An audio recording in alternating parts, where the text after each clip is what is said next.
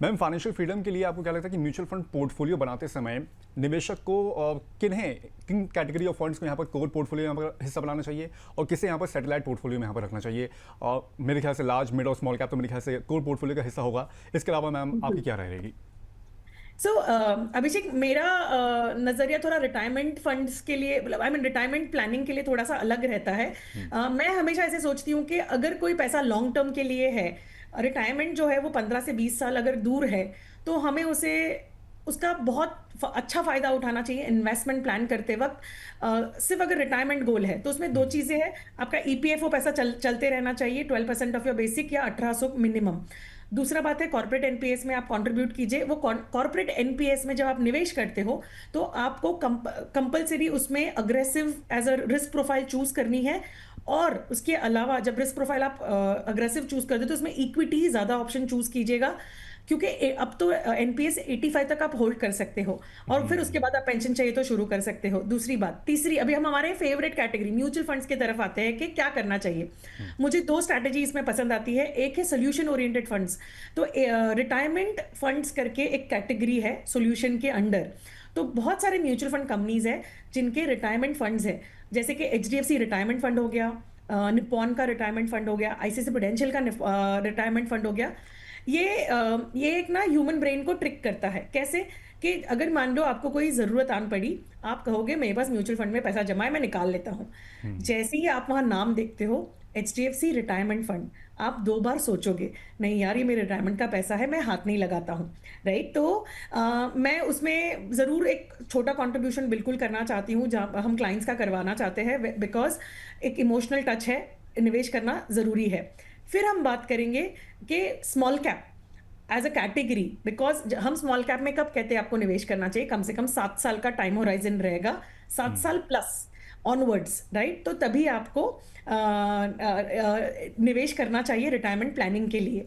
तो ये मेरी सोच है जब आप रिटायरमेंट प्लान करते हो कि ये दो कैटेगरीज है apart from EPF and NPS. और ऑब्वियस बात है, अगर फंड के नाम में ही रिटायरमेंट यहाँ पर लिखा हुआ है तो थोड़ा सा आप संकोच करेंगे। ऑब्वियस बात है, इन केस अगर उसको एग्जिट कर रहे हो या फिर रिडीम करने की अगर आप ज़रूरत समझ रहे हो तो ये भी एक चीज़, एक स्ट्रैटेजी हो सकती है। थोड़ा सा जैसे कि मैंने बताया कि साइकोलॉजिकल यहाँ पर अपील प्ले करता है इन केस अगर कोई रिटायरमेंट फंड यहाँ पर है। मैम, लेकिन अगर निवेश का नजरिया 10 से 15 साल का है तो क्या लगता है कि अगर लार्ज कैप और फ्लेक्सी कैप को पोर्टफोलियो में कितना महत्व यहाँ पर देना चाहिए? और क्या इन्हें आर्थिक तौर आज़ाद वाले यानी कि फाइनेंशियल फ्रीडम वाले जो पोर्टफोलियो हैं उनको नींव के तौर पर यहाँ पर माना जा सकता है लार्ज कैप और फ्लेक्सी कैप को? ठीक है। सो अभिषेक, लार्ज कैप और फ्लेक्सी कैप मैंने क्यों नहीं कहा, क्योंकि जो आपके 5 साल वाले गोल रहेंगे, 3 और 5 साल वाले, तो वहां मैं लार्ज कैप और फ्लेक्सी कैप प्ले करना चाहूंगी। वेयर 3 साल 5 साल में फ्लेक्सी कैप अच्छा रिटर्न दे देता है, जनरली दे देता है।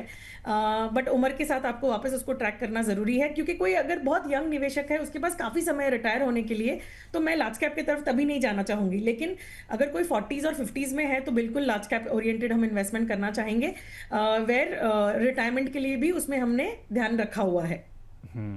मैम, मिड कैप और स्मॉल कैप की अगर बात करें तो ऑब्वियस बात है, हम लोग पिछले कुछ समय में यहाँ पर देख रहे हैं काफ़ी अच्छे इन्फ्लोज यहाँ पर देखने को मिले हैं, लेकिन वॉलेटाइल बहुत ज़्यादा यहाँ पर ये होते हैं। फाइनेंशियल फ्रीडम के लिहाज से क्या लगता है कि मैम इनका एलोकेशन यहाँ पर कितना होना चाहिए, या अभी इस जिस तरह की थीम पे हम लोग यहाँ पर बात कर रहे हैं थोड़ा सा इनका एलोकेशन जो है वो बढ़ाना चाहिए, बिसाइड कि वॉलेटाइल ये ज़्यादा होते हैं? जी। सो अभिषेक, जैसे मैंने कहा थोड़ी देर पहले भी कि स्मॉल कैप तभी करना चाहिए जब 7 साल से ऊपर जी। आपका लक्ष्य हो। तो रिटायरमेंट जनरली आपके लिए 10 से 15 साल के 20 से 25 साल के लिए होता है। तो मेरे हिसाब से स्मॉल कैप का और मिड कैप का एलोकेशन बिल्कुल आपके पोर्टफोलियो में रिटायरमेंट के लिए होना चाहिए। ऑल्सो जब भी हम बात कर रहे हैं फाइनेंशियल फ्रीडम की, तो फाइनेंशियल फ्रीडम के लिए अगर आप लंबा समय देख रहे हो तो मिड कैप स्मॉल कैप उसका पोर्शन बिल्कुल होना चाहिए।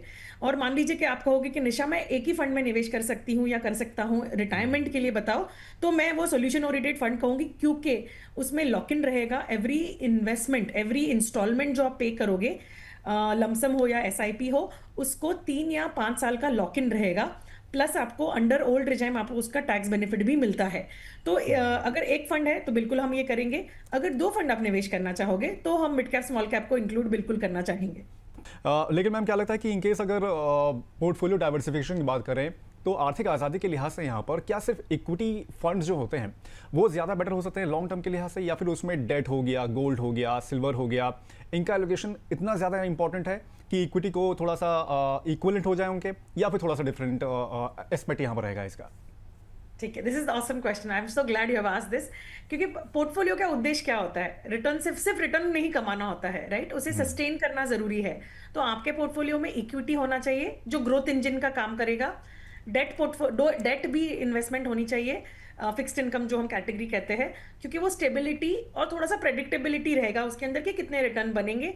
और ये बेसिकली प्रेडिक्टेबिलिटी देने में मदद करता है जब आप डेट लेते हो। फिर आता है precious metals, right? Gold, silver है। गोल्ड को जनरली हम कहते हैं कि इट्स हेज अगेंस्ट इन्फ्लेशन। तो आपका जो इकोनॉमिक एनवायरमेंट है, राइट, वो एक अलग तरीके से बिहेव करता है, इसलिए गोल्ड अलग तरीके से बिहेव करता है। तो ये हम्म। डाइवर्सिफिकेशन के लिए हेल्प करता है। फिर आता है हाइब्रिड फंड्स की तरफ या फिक्स्ड इनकम, जो भी है, ये दोनों कंबाइन करते हैं तो जिससे कि ग्रोथ और स्टेबिलिटी दोनों भी आ जाते हैं। तो जनरली इसलिए हम कहते हैं कि फर्स्ट टाइम इन्वेस्टर को हाइब्रिड फंड्स की तरफ से इन्वेस्टमेंट करना चाहिए। और सबसे हम्म। महत्वपूर्ण, आप जब डाइवर्सिफिकेशन रिटर्न का बात करते हैं, राइट, तो कम करने के लिए नहीं होती है कि रिटर्न्स मेरा कम हो जाएगा डाइवर्सिफाई करने से। पोर्टफोलियो का रिस्क मैनेज हो रहा है अलग से, ये जरूरी है समझना। ठीक है, डाइवर्सिफाई करने की ज़रूरत है और थोड़ा सा अपने रिस्क को यहाँ पर समझने की बेहद ज़रूरत है। लेकिन मैम एक चीज़ और है, जैसे कि हम लोग देखते हैं कि कई सारे म्यूचुअल फंड निवेशक होते हैं, वो सोचते हैं कि हम लोग थोड़ा सा ओवर डाइवर्सिफाई यहाँ पर कर दें। जैसे कि अभी एक यहाँ पर एग्जांपल हम लोग के सामने आया था और वो पूछ रहे थे कि एक फ़ंड और ऐड कर दें क्या इसमें। कितने ज़्यादा फंड यहाँ पर होने की ज़रूरत है, क्योंकि कई सारे लोग 8-8, 10-10 फंड्स भी अपने पोर्टफोलियो यहाँ पर रखते हैं।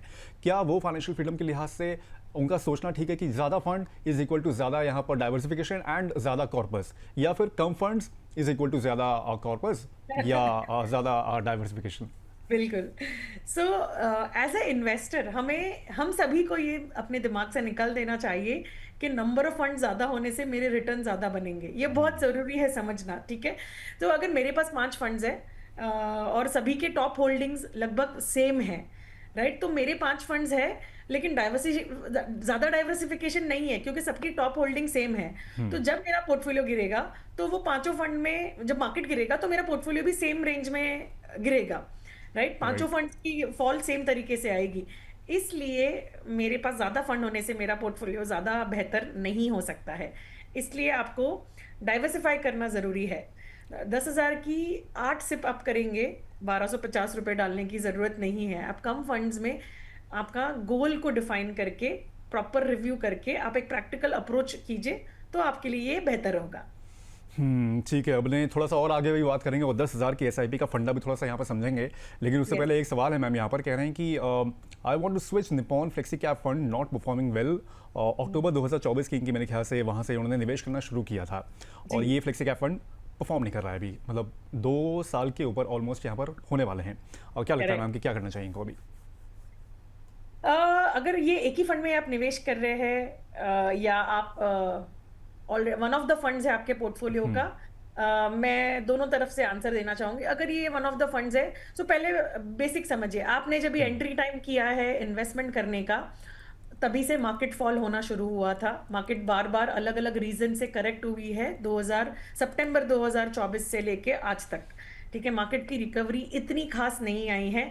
Yes, mid cap and small cap rallied, वो ठीक है, लेकिन अगर आपने सिर्फ 2 साल दिया है, इक्विटी जब आप करते हैं, बहुत जरूरी है समझना कि लंबा समय, टाइमलाइन जो है, पहला कंपाउंडिंग साइकिल घूमने के लिए 8 साल लगते हैं। आप 2 साल में उसको जज कर रहे हैं और आप कह रहे हैं कि अच्छे रिटर्न्स नहीं आ रहे। तो अगर आपकी कंपैरिजन निप्पॉन फ्लेक्सी कैप की कोई मिड कैप और स्मॉल कैप फंड के साथ है तो ये कंपैरिजन गलत है।